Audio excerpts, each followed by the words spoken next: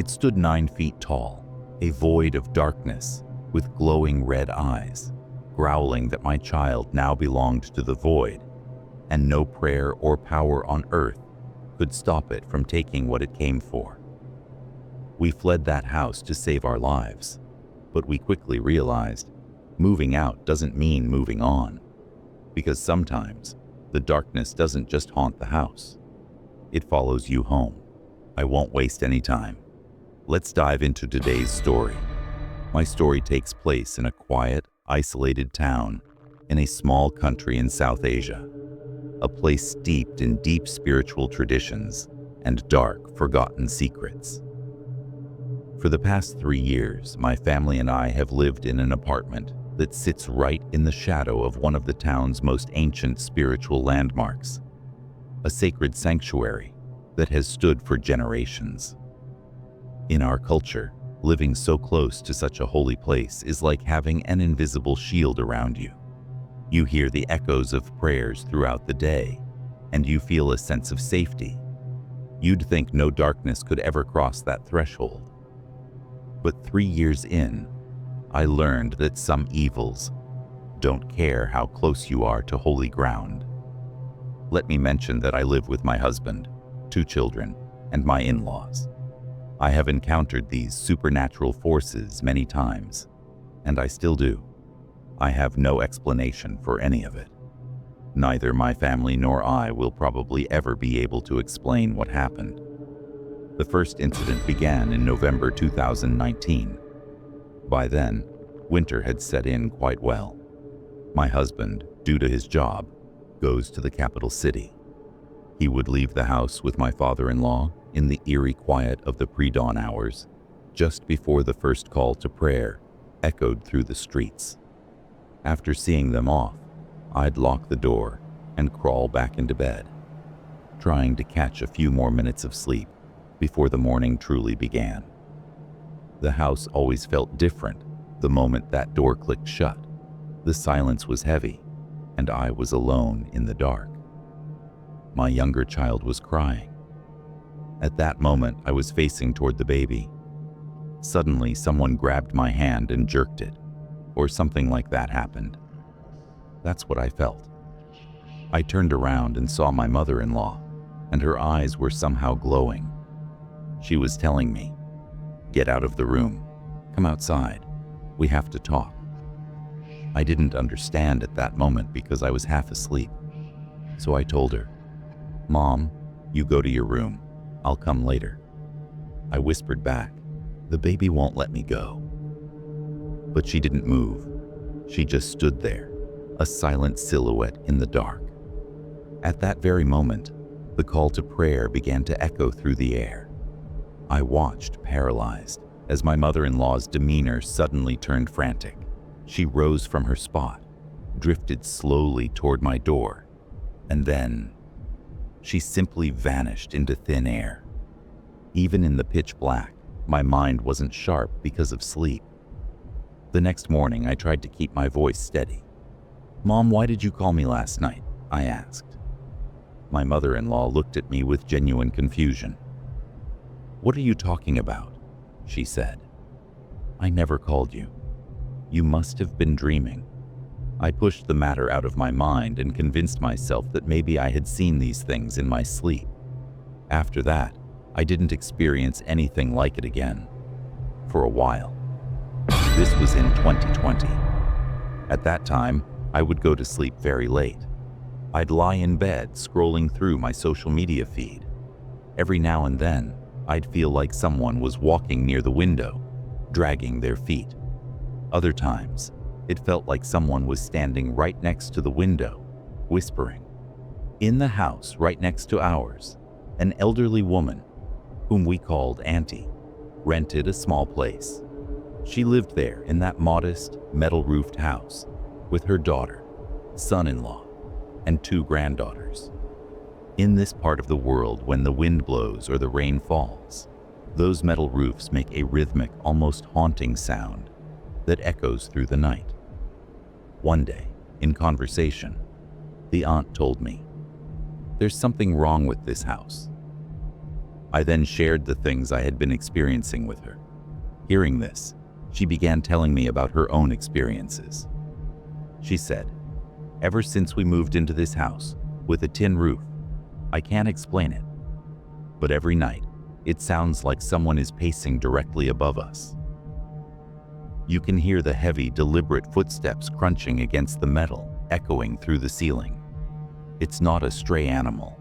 It sounds exactly like a person walking right over our heads in the dead of night. My younger grandson can't sleep at night. All night long, he gets scared in his sleep and cries. One night, I woke up in the dead of silence to perform my midnight prayers. After I finished, I remained sitting on my prayer mat, feeling a strange stillness in the air. Suddenly, a voice drifted in from the shadows of the jackfruit tree, right between my window and yours. It hissed, 'Keep to your prayers and stay pure. I will keep to my place if you keep to yours.' The terror only grew from there. A few nights later, my daughter and son-in-law were returning home with some fresh fish. As they reached the front door, something unseen snatched the food right out of their hands. It didn't drop. It didn't fall. It simply vanished into thin air. They were so shaken they bolted inside, locking every door behind them. Then there was the incident with my granddaughter. There's a gnarled persimmon tree just outside the house. One evening, she glanced up and froze. She saw a pair of pale, lifeless feet dangling from a high branch, swaying ever so slightly. She was so traumatized that she fled into the house and sobbed uncontrollably until morning. But the true nightmare happened just before dawn, in that eerie silence, right before the first call to prayer. Suddenly, a violent metallic banging erupted on the iron security gates of my porch. The sound was so loud it felt like the house was being torn apart. I summoned my courage and opened my bedroom door. Standing there was a monstrous, shadowy figure, towering nearly 9 feet tall. It was a void of darkness. Its matted hair flowed from its head all the way to the floor, like a tattered shroud. I couldn't tell if it was standing or hovering inches above the ground. Then, I saw its eyes, glowing a deep fiery red. It didn't just speak. Its voice felt like a cold vibration in the air. It demanded, "Open the door. Give me the girl." In absolute terror, I began reciting every holy verse and every prayer I had ever memorized, desperate to push the darkness back. The very next morning, I stood before the landlord. My mind was made up. "I'm leaving," I told him firmly. "I'm taking my family, and we're never coming back. It's impossible to stay here another night." When he asked for a reason, my mind went blank, as if the memory was too heavy to carry. "I can't tell you anything more," I whispered. I don't remember." It was as if the house itself had wiped my memory to keep its secrets safe. But the nightmare didn't end when we moved out. The terrifying events that followed were witnessed by her granddaughter. I'm going to tell you the rest of the story, exactly the way she told it to me. After we moved to our new home, we thought we had left the darkness behind. But we were wrong. Something had followed us. Every now and then, Grandma would slip into these strange, vacant trances. When we'd pull her back to reality and ask what happened, she would only whisper, "Nothing. I don't know. I don't remember." The doctors were dismissive. They called it age-related memory loss and handed us a bottle of pills.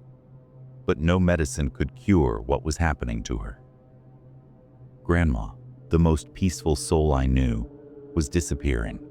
In her place, a stranger was emerging, someone prone to sudden, violent outbursts of rage over the smallest things. The mask finally slipped one night. The living demon, the entity that had taken root inside Grandma, tried to kill me. I felt its cold, murderous intent, but by some miracle, I survived. That was the moment we realized this wasn't medical, it was spiritual. In a desperate race against time, we took her to an experienced spiritual healer, a mystic from my grandfather's village who understood the ancient ways. He looked at her and knew immediately. This was an ancient attachment. He instructed us to perform a ritual of banishment to cast the entity out. To complete this exorcism and sever the demon's hold on her, we had to gather specific offerings: 22 pounds of sweets, 2 roosters, and a jet black goat. At 2 a.m. in the dead of night, we had to leave these offerings by the edge of a stagnant pond. His final warning chilled my blood. Once you turn to leave, do not look back. No matter what sounds you hear, no matter who calls your name, do not look behind you. I did exactly as I was told. I walked away into the dark, feeling eyes on my back, but I never turned around. After that night, the shadows finally left her. Or so we thought. Soon after, new tenants moved into that cursed house. It was a kind military family, a father, a mother, and their 2 children. They were friendly. The daughter was married but was staying with her mother to continue her studies. The son worked in the military. Because his workplace was far from home, he would come home only after many days. The first 5 months passed quite well. But then, suddenly one night, the daughter woke up screaming. When the daughter and her parents came to her room, what they saw, no one could have been prepared to see. They saw someone lying beside her, breathing hot breath onto her. From then on, strange things kept happening to them regularly. Every evening, lightning would flash only above our house. It felt like a huge storm was about to hit. But when you went outside the house, the sky was very clear and everything was fine. Yet inside the house, gusts of wind would throw everything into chaos. This was the incident. I don't know how terrifying this incident will seem to you, but if you liked it, please let us know. And if you didn't like it, don't forget to let us know that too. If something strange has ever happened to you, feel free to share it with us. Who knows? Your story might be the next one we tell. Stay with us. Don't forget to subscribe to the channel, like, and share this video. And keep waiting for our next real horror story.